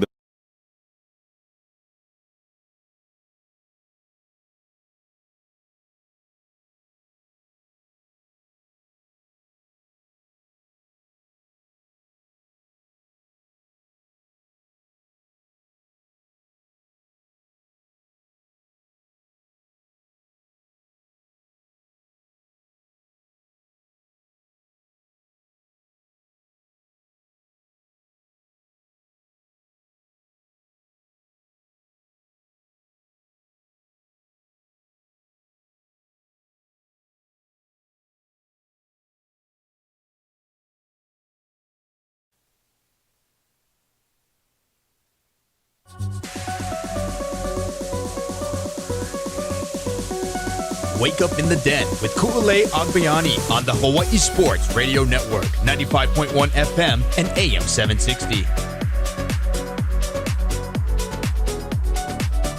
Welcome back to all of you, the beautifulest of all the beautiful people. It's Wake Up in the Den alongside DJ Pauly B, Michael Escaro. I'm Ku'ulei Agbayani on the Hawai'i Sports Radio Network, 95.1 FM, AM 760, and HawaiiSportsRadio.com. Don't forget, you can watch us on YouTube right now and every Mondays, and also listen or watch on demand at HawaiiSportsRadio.com or wherever you get your podcasts. We're talking about Hawaii high school football week 1 that kicked off on Friday and Saturday. So we talked about Friday's games. Now there was a bunch of stuff that happened on Saturday, again, as we pull up our scoreboard powered by Scoring Live that you can check out on our YouTube channel or also check out our Instagram at High Sports Radio. Before we get into Kahuku and St. Louis, want to first get into Farrington and Kapa'a as new head coach Mike Lafaele able to come out on top 35-12 over the Warriors of Kapa'a. And before we talk a little bit more about that game, here is what head coach Mike Lafaele had to say following that win. First game of the season, first win of the year, first win for you as the head coach for Farrington. What did you like from what your team were doing tonight? It's just good to see the guys come out and kind of put pen to paper from what we've been working on this whole time. I was excited to see the guys fly around, for the first time in a real game. It was good. I saw a lot of good things, but a lot of stuff we need to work on. I was very proud of them, just to watch them go around and fly around and do the things we've been working on for months. So it's good to see. It's good to see our crowd, Kalihi supporting the football team, supporting the program. So it's nice to have the community support. You talk about that community support, right? Farrington, near and dear to your heart. What does it mean to you to kind of be the head man for this program? It's kind of surreal. I don't really think too much about it, but I know how much it means to a lot of people here in Kalihi. For me, as my alma mater, someone who was born and raised in Kuya Park Terrace, to come back here and to help instill, more than just football inside of the hearts of these kids, but it's a special moment for sure. It's one that means a lot. Before we came out, coaches had a little, our coach's chapel. Coach Rano Kimoto shared some words for us, and what a special moment for that to happen tonight. But to me, it means so much. To come back to my community and see these kids, and try and help build them up, for the next generation. I know you were on staff last year, but when you got the head coaching job this year, there was a shift from what I could tell from the outside, right? I think on Instagram I saw, these are all the assistant coaches. Yeah. I was here for Abel Hopi'i's coming in the day where you guys had the backdrop and everything. Yeah. It seems like you guys are trying to level up for Farrington and the Governors. Yeah, for sure. when you think about Khalid, right, there's just so much negative persona that comes around it. And so for me, I grew up here. I know what it's like to come from the housing, and you get this negative kind of cloud around you, but to come back and to let these kids know that, man, you can actually make it and be positive, and football is a great avenue to help you get you there. And so for me, I always want the best. Like even our uniforms, we talked to our AD about, he was able to get brand new uniforms, and I said, so he said, well, what do you want to do? I was like, Coach, I want the best. I want the best of the best. Even our coaches' uniforms, we're sponsored by Hawaii's Finest, which we're very proud of and very thankful that they was able to come and support us. But, I just want to give the best to my coaching staff, to my kids, to this community, and, try to bring home a championship. Mm-hmm. You mentioned Coach Randall Okimoto running the chapel for you guys. He was a great running back in his day. Yeah. Today, your running back, Kingston Samuel, I think he went out for 4 touchdowns. Talk about him and what he can do for this team. Yeah, we knew when he came out in the summer that he was going to be a special football player. I think for him, the goal is just to stay healthy. But what a special football player.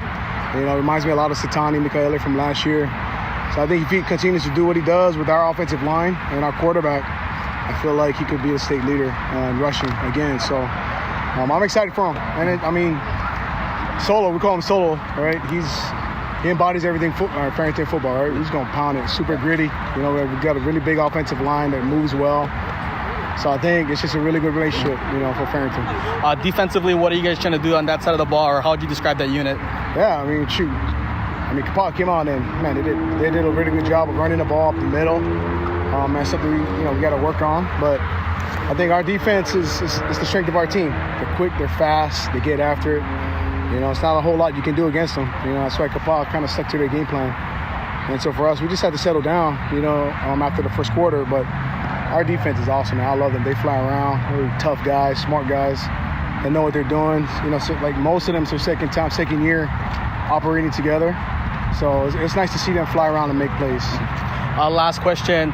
In your non-league schedule, you guys got Tafuna coming up from American Samoa, and they just beat Waipawa last night, a team that kind of had you guys' number last year. And after that, you guys play Rancho Mirage. We'll have that game on Hawaii Sports Radio Network on radio. Kind of talk about the ability and the opportunity to represent Hawaii against these teams out of country or even out of state or from the continent. Yeah, no, it's a big deal. So when Kapaa and Tafuna and Rancho Mirage kind of lined up, it was kind of a perfect storm for us as we build up into our season schedule. But we're thankful they can come down here and experience Hawaii football here in Kali.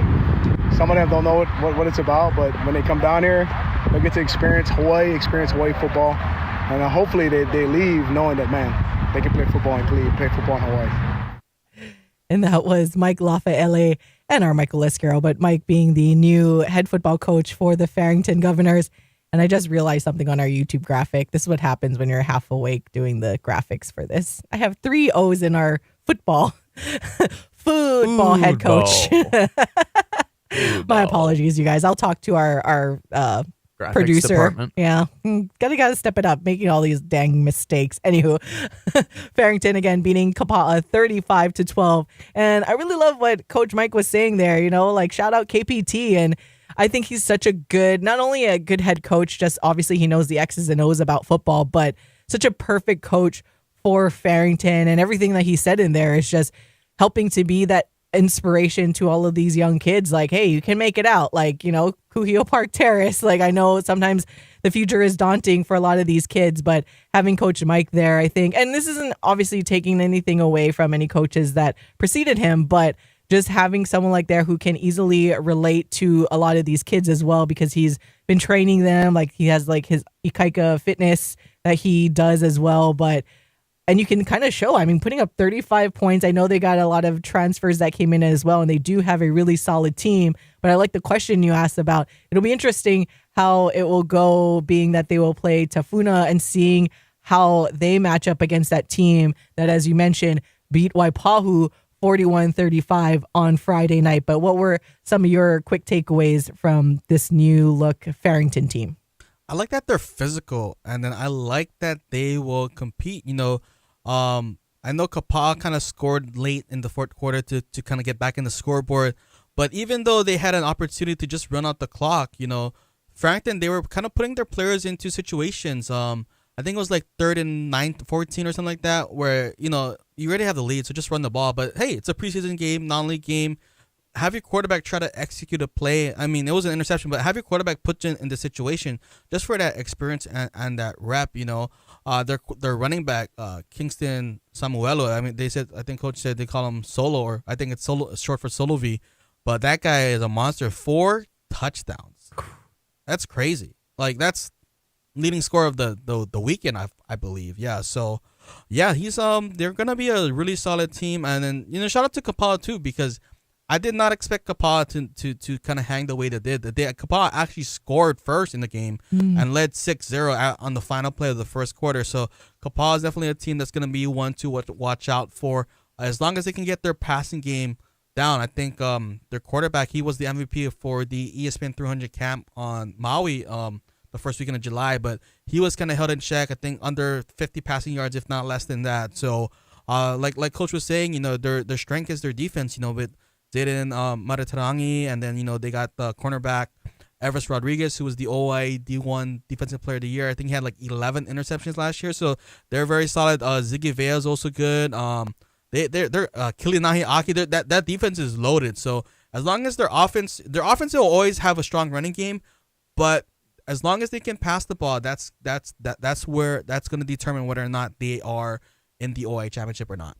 Yeah, and I was like, Paul, chime in here. I just keep looking at all the results, including obviously Farrington and Kapaa. Those power rankings, they were pretty accurate, guys. I know that there was a lot of upheaval about it, but like looking at the results, there's always going to be upheaval about those things. Yeah, but I like the ones that are kind of joking and they're upheaval. Oh, me too. But I mean, there were some talking about who does these. Oh, don't they understand what happened last year? I don't know. Michael, I'm looking at all the results, and those power rankings were pretty good. I'll wait for the comments later tonight. Yeah, we'll see. The new power rankings via Scoring Live will come out later today. But going back to the scoreboard, because you talked about Kapa'a getting on the board first, one of the biggest games that everyone was looking forward to as well was on the opposite side of the island from us. You got Kahuku hosting St. Louis. Kahuku just barely squeaking by 14-13, but St. Louis was the one that was scored first. And we had mentioned it last week that one of Kahuku's best players, Imana Carvalho, was not going to be in the game, and he wasn't. And that was kind of I joked, I think I texted you guys that was our after party after Sistahhood. We went up to the coaches' offices and we're watching the ending of that St. Louis Kahuku game, in that there was a chance to win. And luckily it was, wide right, I believe. And then we have that video on our Instagram as well. Shout out Brian Bautista. But we will see how the power rankings get shaken up now that St. Louis was able to really hold their own against number one Kahuku. And it's rare that a team that loses could potentially move up. Do you think, Michael, we could see that happen? Well, St. Louis, just kind of looking ahead to this weekend where St. Louis is playing at Mililani. And if there's one score on the scoreboard that if we're looking at it right now that surprised me the most, or would surprise people the most, would be number 2 Mililani against Kailua. I know on Friday's show I had said that game I would probably set the over-under at 70, and I would take, but 29 is definitely under, 29 total points definitely under 70. But that's because quarterback Keenan McMillan unfortunately suffered some kind of injury, according to my source, after the first drive, I think, the first series in the first quarter. So he was kind of shut down. No word yet on his status. We'll definitely see on Saturday. But if he's not ready to go, like, St. Louis definitely has the edge this weekend. So I'll hopefully get a chance to be there. I think I'm actually going to be there. Maybe not at the start, but I'll be there for sure to see. But yeah, St. Louis, they look respectable. I think you just gotta. They're gonna be solid to beat. I mean, and then they're gonna also have competition because Puno also looks solid as well. So. Yeah, St. Louis, I think, their quarterback, Nano Lopes, he's a very young quarterback that's very coming up the ranks. He's going to be the probably the QB1 on the state next year. But his first start in Kahuku on the road, first game of the season, to start with 13-0 and to give your kicker a chance to win at the end. I think St. Louis is going to be a team that's definitely capable of making it to the state championship game. Yeah, and again, to remind everyone, still under an entirely new coaching regime now there at St. Louis. So we'll see what happens. Just to round out our high school football conversation for today, taking a look at the other scores, especially for those that are not watching on our YouTube channel. So Punahou beating Konawana 0. Moanalua in the one actual OIA Division 1 league game, Moanalua beating Radford 31-22. Iolani completely shut out Kalani 45-0. Kamehameha Schools Hawai'i beating Nanakuli 50-14. The Campbell Sabres in a very, very high-scoring game against Damien. Yeah, there's your over, Michael. Campbell 67-35 over Damien on Saturday. And as we just mentioned, Mililani 29-0 over Kailua. Castle Knights on top came out victorious over Pearl City 34-20. And King Kekalike coming up on top over Honoka 41-17. And this Friday, we will bring you guys the action for Kaiser and McKinley. So if you guys want to get what our schedule that we have so far, be sure to go to hawaiisportsradio.com and click on the OIA Sports tab, and always follow us on social media because that's where we give you the most updates. All right, got to step aside. When we come back, we will continue our football conversation, but talk a little NFL as we were through NFL preseason week 1. This is so crazy. It's coming up so fast. I'm so excited. All right, don't go anywhere. We'll be right back on Wake Up in the Den. If you're involved in youth or high school sports,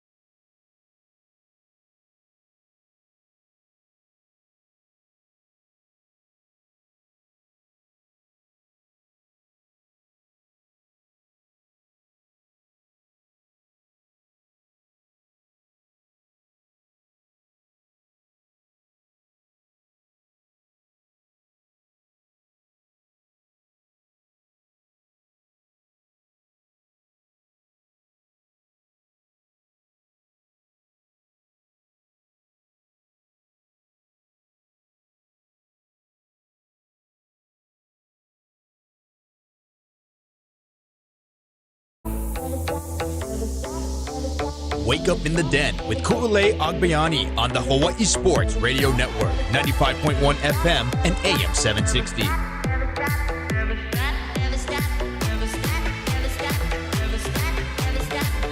Welcome back to Wake Up in the Den. Ku'ulei Agbayani, Paul Brackton, Michael Lescaro. All right, this has been a fun hour. It's flying by.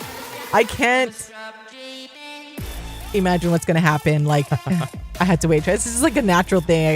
Beat's going to drop. Gotta pause that for a second. But I can't imagine what's going to happen once but that's why we're doing 2 hours. Once college football starts, I mean, we spent the entire second hour talking about football, and it's like we don't even have regular season NFL or college football has like started, and we just spent half the hour talking about high school football.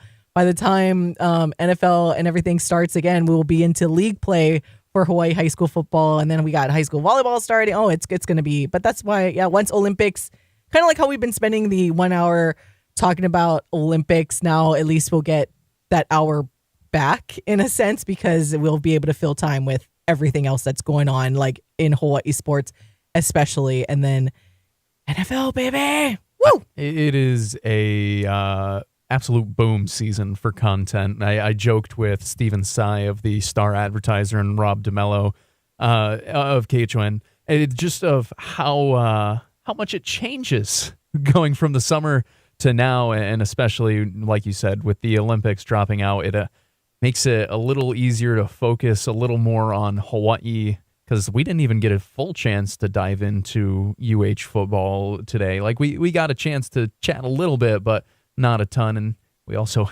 haven't even touched on the NFL. No, exactly. And that's what I mean. We're going to end up running out of time, but that's why we have the whole week. Again, Monday through Friday, 8 to 10 a.m. All right. First things first, though, with NFL preseason, guys. I've been saying it all along. Bears Super Bowl, baby.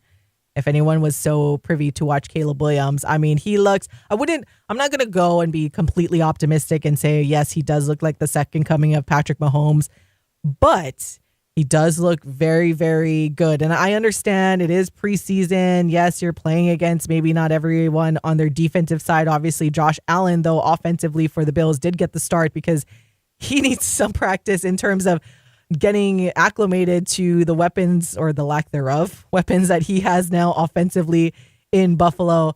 But the Bears, 33-6, Caleb Williams finishing with 95 yards, able to pass the ball, move. He made some really amazing throws, and I'm excited. I know I won't bore everyone too much about it, but I just had to make sure I get, brag a little bit, because Caleb Williams does look amazing. And considering how Justin Fields looked in their preseason game on Friday, losing to the Texans 20-12, I do have a heart for Justin Fields, because I do feel like the Bears just didn't manage the beginning of his career properly, but he didn't exactly look like we were going to miss him that much in Chicago when he was over at the Steelers. So I'm excited for the future of the Bears. And defense, I think it's weird. As a Bears fan, it's weird to see the offense, have more faith in the offense than the defense, because for so long it's been about, the Bears defense at least will somewhat try to keep you in the game. Now I'm like, okay, what defensively, I think they need a little work, but you know what? If you put up more points than the other team, then that's all that matters at the end of the day. Yeah, I mean, at the end of the day, it's about scoring more than the other team scores, and that's what the Bears are going to be able to do a lot this season, it looks like. It'll with be like Caleb the Damian Williams. Campbell game. Exactly. Exactly. For those who missed it, 67 points put up by Campbell alone. No matter what, it feels really good if you're a Bears fan to look at this, and I don't want to be like, oh, you got your guy, because I am proponent number one of don't put too much stock into the preseason. But at the same time, like you said, he looked the part, and that's more what you want. Is you don't want your number one overall pick to look out of place, and that is not what he looked like at all. He looks like the guy that was drafted number one overall purposefully. The defense, I mean, they gave up 6 points. Once again, it's preseason, but nonetheless, there are a lot of things to be excited about if you are Bears fans, and plenty of reasons if you're a Bills fan to look at this game and just kind of toss it out the window. Either way, it's fun for preseason narratives, no matter what. If you are a fan, the biggest thing is you want to see your young players look like they are NFL players, look like they belong, regardless of who they are going against. And the Bears got that this past weekend. Yeah. The Bears are good. I'm not going to hate on Caleb Williams, but I will kind of check who a bit trying to hit on Justin Fields, because Justin Fields actually had a higher completion percentage and a higher QB rating than Caleb Williams against the Houston Texans. So Justin Fields wasn't bad.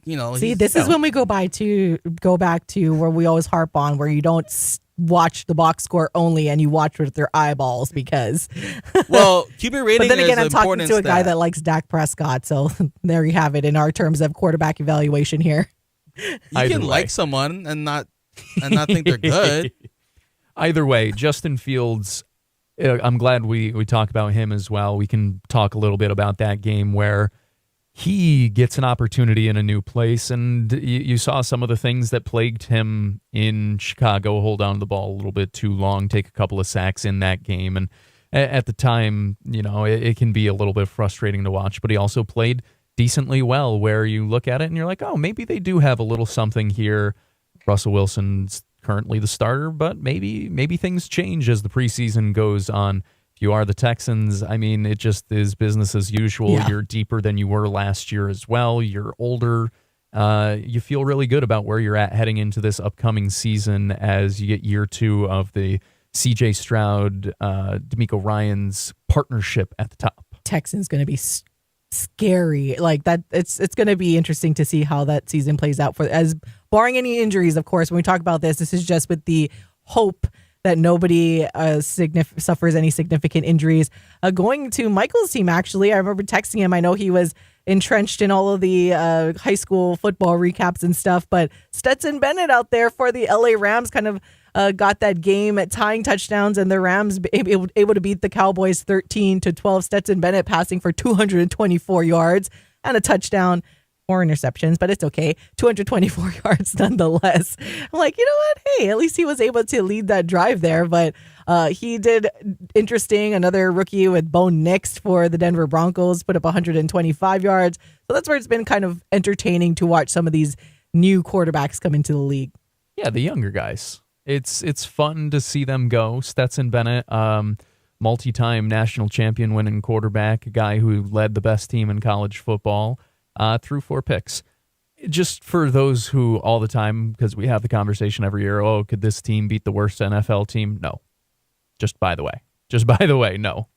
I use that as my narrative push, and I'll hand it over to Michael from there because I'm sure he's got tons of takes on what Stetson Bennett, the backup quarterback, looks like. Well, Stetson Bennett, this is kind of just year 1 for Stetson because Yes, he fair. kind of spent the entirety of the regular season last year in rehab. You know, shout out to him for getting the help he needs and you know, being a better man coming out of that. But, you know, we talk about the young guys, and I know this station and these hosts have been throwing shade at Bo Nix and J.J. McCarthy, but they look pretty good this weekend. Did we throw shade? I did. Well, not. I threw real. I not really shade. I was just being real. Where I'm like, Bo Nix isn't, and JJ McCarthy to me at first glance aren't like when Chargers head coach Jim Harbaugh talked about JJ McCarthy being the best quarterback in the draft. I know he was just saying that, but I'm like, yeah, no. So I don't know if it was real shade. We know what it's like to throw shade in this studio, but I was more of just being honest and not shade in that point. If you. Well, I mean, going back talking about Bo Nix, because Bo Nix for 6 is has a ring to it, you know. Yeah, well, don't get used to for it. 6 interceptions. And don't get used to No, it. that's Bennett. That I'll throw the shade. Bo Nix looked good. I don't expect him to lead a Broncos team to very much of anything this year or even next. All right, guys, if we take a look at the futures odds, because that's always fun. Chiefs still up there as the favorite to win the Super Bowl at plus 550 odds via BetMGM. The 49ers at 6-1. The Ravens 10-1. Lions at 12-1. Bengals and Eagles each at 14-1. The Bills at 15-1. The Packers, gross. And the Texans at 16-1. I can't believe the Packers are up there with the Texans. That is very, very interesting. I need to go dive into some of what those schedules look like for each, obviously outside of their divisional schedules, because I just have a lot more faith in the Texans. I know it's a little bit of haterade on the Packers, obviously being such a rival of the Bears, but just realistically, I'm like, I don't know. What do you guys see from an unbiased opinion? I mean, are the Packers like, do you think that the Packers have as much of a chance as the Houston Texans, knowing all the pieces that Houston has added and that one more year with CJ Stroud? Like, I don't know. Like, is there something I'm not seeing because I'm blinded to, again, the haterade I drink against the Packers? I think that Jordan Love is very good. I think he needs to prove it over year 2. I think a lot of people believe that he will. They have a lot of talent in the wide receiver room. I don't know if it's number 1 wide receiver talent, but if you heard Mike LaFleur today, he said there's no such thing as a number 1 wide receiver. So clearly they don't really believe. Depends on how good the defense is as well. I don't know. They were pretty good last year, got to the second round. So who knows? Again, Packers are good too. Going down the list, the Cowboys at 18-1, the New York Jets 20-1, the Dolphins. This is another one. Dolphins at 22-1. Sorry, not sorry, Paul. I think the Dolphins are a bit better than the Jets, and the Rams over here at 30-1. Falcons 35-1, and there are my Bears with the Browns and Chargers at 40-1. It's okay. Maybe I'll put a little sprinkle on that when I go up to Vegas in a few weeks and prove all of these haters wrong. Chicago, we're coming for you. I think the Jets are better than the Dolphins. I'll stand on that. Even with a trade request from Hassan Reddick that happened during this show. I still think they're better. Interesting. All right. Well, we'll see what happens, how it plays out. You can have opinion. But your opinion is wrong. Anyways, we gotta go. So for Michael Lescaro, for Paul Brecht, I'm Kule Agbayani. Mahalo for listening. Bye. Home of the Dallas Cowboys, KGU AM, K236CR, Honolulu is the Hawai'i Sports Radio Network on 95.1 FM and AM 760.